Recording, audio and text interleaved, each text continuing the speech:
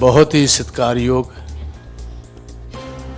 खेड़ा जी, हमारे पार्टी के state in charge Devendra Yadav ji, प्रदेश कांग्रेस प्रधान छोटे भाई राजा वड़िंग जी, विशेष तौर पर इधर जैसे पुरानी एक बात कही जाती है कि आप घर आए हमारे खुदा की रहमत, कभी हम आपको कभी घर को देखते हैं।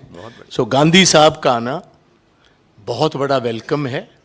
और सबसे बड़ी बात है कि पंजाब में ही नहीं, सारे हिंदुस्तान में बहुत सारी ऐसी फोर्सेस जो कांग्रेस से दूर हो चुकी थी, कॉन्स्टिट्यूशन बचाने के लिए, डेमोक्रेसी को बचाने के लिए इकट्ठी हो रही। गांधी जी का आना बहुत शुभ संकेत है हमारी जमात के लिए और सारे देश की डेमोक्रेटिक फोर्सेस के लिए। इधर अकेले गांधी साहब ही नहीं,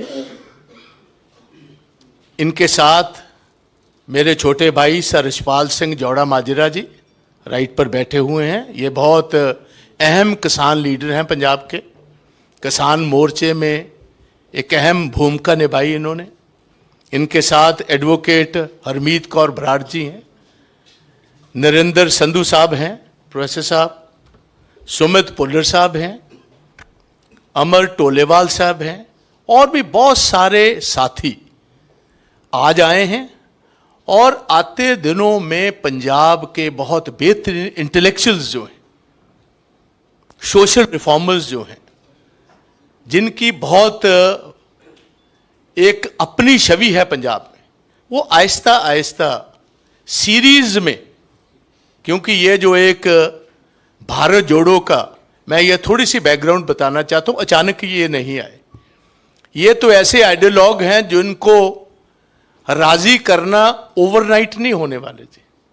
बहुत देर से हमारे से इनकी राय अलग हो चुकी थी, मगर जब राहुल गांधी जी ने भारत जोड़ो का कन्याकुमारी से कश्मीर की शुरुआत की है, बहुत सारे वो लोग जो समझते थे कि डेमोक्रेसी को बचाने की जरूरत है, तब 2 दिन लगातार कन्याकुमारी से जब उनकी यात्रा शुरू हुई बाय फुट, 2 दिन गांधी साहब उस यात्रा में रहे। बहुत लंबा अरसा इनकी चर्चा हमारे बहुत सारे साथियों से हो रही थी। सारे पंजाब में ये बात थी कि अगर अच्छे लोग, सोसाइटी के पढ़े लिखे लोग, और ये पेशे से निरे डॉक्टर नहीं हैं, एक दफ़ा मैं इनके वहाँ खुद घर गया हूँ, 350 से 400 मरीज का इलाज फ्री, दवाइयाँ फ्री, हर चीज़ फ्री करने वाले ऐसे जो लोग हैं, जिनके मन में ये बात है कि ईमानदारी से इस देश को मजबूत रखना है, तो हमारे साथ आए, इनके साथी आए हैं।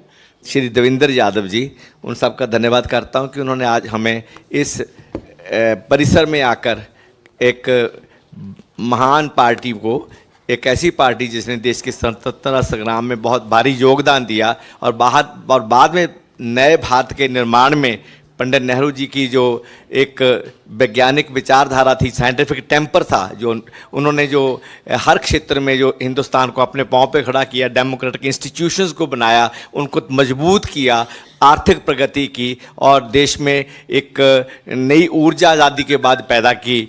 तो इस परिसर में आकर हम लोग बहुत संतुष्ट हैं, बहुत खुश हैं। जहाँ तक मेरा ताल्लुक है, मेरा नाम डॉक्टर धर्मवीर गांधी है। गांव से आए थे, जो गांव की संवेदनाएं थी वो साथ लेके आए थे। मेडिकल कॉलेज में आए, डॉक्टर बने। विद्यार्थी जीवन से मैं सक्रिय राजनीति में चला गया। मैं वामपंथी विचारधारा से प्रभावित हुआ और यहाँ तक कि एमरजेंसी जब मेरा फाइनल ईयर था तो उस वक्त मुझे जेल भी जाना पड़ा। तो जेल से छूटकर एमबीबीएस किया, फिर एमडी किया, फिर कार्डियोलॉजी में मैं असिस्टेंट प्रोफेसर के बतौर रिटायर हुआ गवर्नमेंट मेडिकल पटियाला से। जब कुछ अंदर आग होती है ना, तो जब भी समाज में हिलजुल होती है तो आपका जो दिल है, जो जिसके दिल में आग है, वो आग बाहर निकलती है, वो धधकती है वो। और जब 2011, 12, 13 में जो अन्ना आंदोलन चला, तो मेरे को ऐसे लगा कि जब सारी दुनिया सड़कों पे है, हवा का एक नया ठंडा झोंका आया है, देश बदल रहा है, समाज बदलेंगे, देश बदलेंगे, नई राजनीति करेंगे, एक लोगों की बात करेंगे, इंट्रा पार्टी डेमोक्रेसी होगी, स्वराज होगा, और एक नई राजनीति शुरू होगी, पारदर्शी राजनीति का युग आया है। तो मैं अपना क्लिनिक बंद करके I just joined the party, आम आदमी पार्टी। पर मैंने बहुत जल्दी देख लिया कि आम आदमी party is not the party of my ideals, ये मेरे आदर्श की पार्टी नहीं है। जो यहाँ चला है, जो जैसे चल रहा है, जिस तरह पार्टी चल रही है, कांग्रेस में तो किसी बाकी पार्टी में तो जो हाई कमांड कल्चर या वीआईपी कल्चर आने में दशकों लगे हैं, डिकेड्स लगे हैं, और यहाँ तो 2-3 साल में वो जलवा देख गया, 2 साल में जलवा देख गया। तो मैं आई सेड गुड बाई, मैं 14 में इलेक्ट हुआ और 15 फरवरी में मैंने इसको छोड़ दिया। उसके बाद मैं अलग अलग प्लेटफॉर्म में एक्टिव रहा, अपना डॉक्टर के तौर पर भी और सामाजिक कार्यकर्ता के तौर पर भी। आज जब राहुल जी ने ये भारत जोड़ो यात्रा शुरू की, तो क्योंकि मैं खुद राजनीतिक तौर पर मेरे में भी हलचल चल रही थी, उथल पुथल चल रही थी, तो मैंने देखा कि आज ये साधारण समय नहीं है, ये असाधारण समय है। They are not ordinary times, they are extraordinary times. और इस समय जिस आदमी के दिल में जमहूरियत धधकती है, सेकुलरिज्म है, संविधान के प्रति आदर है, इंडियन कॉन्स्टिट्यूशन की इथोस हैं, उसके लिए उसके मन में एक उसके साथ रहना चाहता है। और सब जो संस्थाएं हैं, लोकतांत्रिक संस्थाएं हैं, उनकी जो आज़ादी है उसको बरकरार देखना चाहता है, और देश में सामाजिक न्याय की बात वो देखना चाहता है। तो ऐसे समय में जब ये सब कुछ खतरे में हो, और जब 2024 ना तो ऑर्डिनरी टाइम्स हैं और ना 2024 का इलेक्शन ऑर्डिनरी इलेक्शन है, देश का इतिहास लिखे जाने वाला है। देश ने किधर जाना है, कौन सी दिशा अख्तियार करनी है, किस दिशा में जाना है, वो एक बहुत महत्वपूर्ण इलेक्शन है। तो ऐसे समय में हम मेरे जैसे लोगों के लिए, जो जब से जवानी में पैर रखा है तब से ही वो एक सोचते रहे हैं, तो चुप रहना, साइड्स ना लेना या ठीक साइड ना लेना बहुत इंपॉर्टेंट सवाल है। I want to be seen on the right side of history in 2024 in the coming elections. मैं इतिहास के सही रास्ते और जो दुरुस्त रास्ता है उसकी साइड पे खड़ा होना चाहता हूं। That's why I am with Congress, that's why I am with Congress. और जो देश की हालत है, तो उसमें आप सब जानते हैं किस तरह जो धार्मिक ध्रुवीकरण है, उसका जो बोलबाला है, जैसे देश को बांटा जा रहा है, नफरत का माहौल पैदा किया जा रहा है, जिसमें 2 स्लोगन जो जिसने सबसे मुझे प्रभावित किया वो था कि नफरत के बाजार में मोहब्बत की दुकान, और दूसरा था डरो मत, जो देश में दहशत का, डर का एक वातावरण पैदा किया था इस पर मौजूदा पॉलिटिकल डिस्पेंसेशन ने, मौजूदा निजाम ने।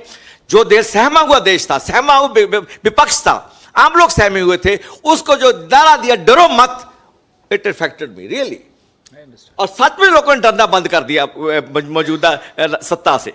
तो ये 2-3 बातें थी। तो जब राहुल जी ने जब कॉल दिया, I reach Kanyakumari, stayed there for 2 days, फिर मैंने पंजाब में ज्वाइन किया, देन मैं जम्मू कश्मीर में, वहाँ 3 दिन रहा मैं कश्मीर में। I from start to end I was emotionally, physically associated with Bharat Jodo Yatra and then Bharat Jodo Nyay Yatra again in different forms.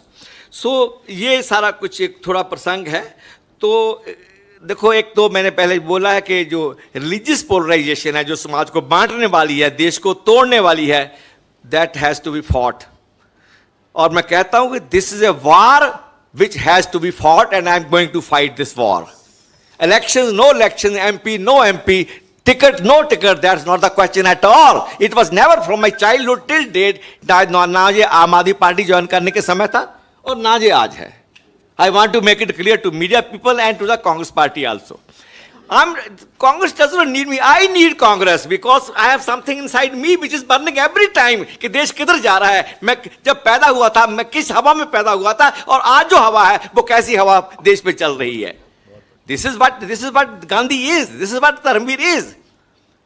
So ये माहौल है, रिलीजियस पोलराइजेशन का माहौल है, जो सेफ्रनाइजेशन किया जा रहा है, जो सोशल फैब्रिक है जो तोड़ा जा रहा है, उसको नष्ट किया जा रहा है, और जो धार्मिक ध्रुवीकरण है ये जितना बड़ा खतरा है, और इकोनॉमिक डिस्पैरिटी, जो आर्थिक विषमता है वो आसमान छू रही है। अब कोई किसी वक्त ना कि गरीब और अमीर का एक कोई प्रोपोर्शन हुआ करती थी, इन डिसप्रोपोर्शन हो, पता ही नहीं है कब अडानी के पास कितना पैसा चला गया है, पता ही नहीं कि हिंदुस्तान के 200 परिवारों के पास कितना पैसा है और बाकी 70-80% लोग किस हालत में जी रहे हैं। जो आर्थिक विषमता है, और जितना बड़ा ये सवाल है, और जिसको अक्सर हमारे दो के साथ राहुल जी ने बड़ा टाइमली, और जब लोगों में ध्यान इस तरफ नहीं था, जिस स्लोगन खड़ा किया था, तो वो it was a very indicative, very descriptive slogan था. I was quite impressed with that also. And thirdly, complete sell out of the national assets, जो लोगों की संपदा है, जिसमें मेरे बाप का हिस्सा है रेलवे में, मेरे पिताजी टीचर थे, हमारा हिस्सा है, मेरा हिस्सा है देश की संपदा में, उस संपदा को जिस तरह कौड़ियों के भाव बेचा जा रहा है कॉर्पोरेट सेक्टर को, that's totally unacceptable, not only for me and for every that person who has stake in this country, जिनका स्टेक है इस देश में, इस देश के भविष्य में, इस देश के सियासी आबो हवा में भी, और दूसरी तरह भी।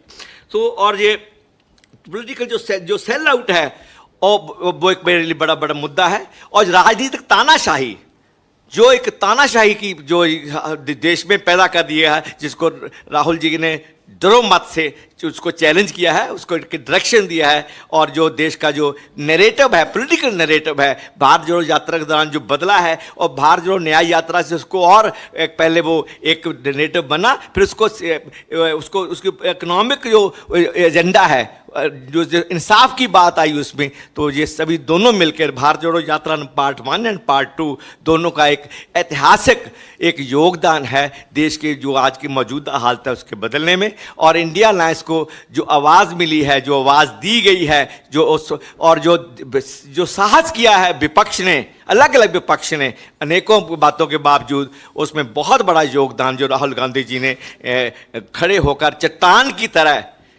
की तरह खड़े होकर जो मुकाबला किया है, जो पॉलिटिकल जो मौजूदा सत्ता थी, उसका बहुत बड़ा योगदान है। तो मैं उससे भी प्रभावित रहा। तो अगेन मैं एक बात कहना चाहता हूं कि these are not ordinary times and 24 is not the ordinary election, and we will, ये जंग है जो हम लड़ेंगे, और हर हालत में लड़ेंगे, पूरे जोर से लड़ेंगे। और उसके बाद जो अंत में जो मैं आपसे कहना चाहता हूं कि जो संस्थाएं हैं, जिनके ऊपर जो आधार है हमारी डेमोक्रेसी का, चाहे वो ईडी हो, चाहे वो सीबीआई हो, चाहे वो कैग हो, चाहे वो जुडिशरी हो, चाहे वो मीडिया हो, जिस तरह उनका हनन हुआ है, उनकी जो प्रभुसत्ता है उस पर हमला हुआ है, उनको पॉकेट ऑर्गेनाइजेशन बना के भारतीय जनता पार्टी चल रही है, this is not again acceptable in any democracy, not at all. हम लोगों ने अब खुली हवा में सांस पैदा हुआ मैं 1951 में, और मैं खुली हवा में मरना चाहूंगा। That's why I am here with Congress. It's my science says, I am a man of science, मैं डॉक्टर हूं, मेरे my science says, my logic says, my sense of argument, sense of reasoning says कि जो चल रहा है वो गलत है, and that's why I am here with Congress. Welcome, बहुत बढ़िया। So I hope you understand my spirit. I'm not here for any ticket or for any seat. Nothing I did. I'm full of life with my professional life. आप मेरे पास आएंगे पटियाला में, देखेंगे कि line लगी होती है लोगों की, और आज से नहीं, पिछले 50 साल से लगी हुई लाइन लोगों की। I am full of life, मैं जिंदगी से भरपूर हूँ, भरा हुआ हूँ जिंदगी से, बट स्टिल I feel कि more than a doctor I have a duty towards my people, towards future generation। हम आने वाली नस्लों के लिए जवाबदेह हैं, मैं जवाबदेह हूँगा नस्लों के लिए, कि जब देश को इस तरफ ले जाया जा रहा था, बांटा जा रहा था, लड़ाया जा रहा था, तबाह किया जा रहा था, बेचा जा रहा था, तो गांधी कहाँ था? और गांधी इतिहास के इस मोड़ पे हिस्ट्री के सही पास से खड़ा होना चाहता है। Thank you very much. नमस्कार। दुनिया दी बेहतरीन कैथ लैब वाइट मेडिकल कॉलेज एंड हॉस्पिटल बुंगल से एस्टैब्लिश हो गई है। सीधा वाइट मेडिकल कॉलेज आओ, इलाज कराओ, सलाह रिया तोड़ा प्रात तोड़े दुख से हाजिर है। धन्यवाद।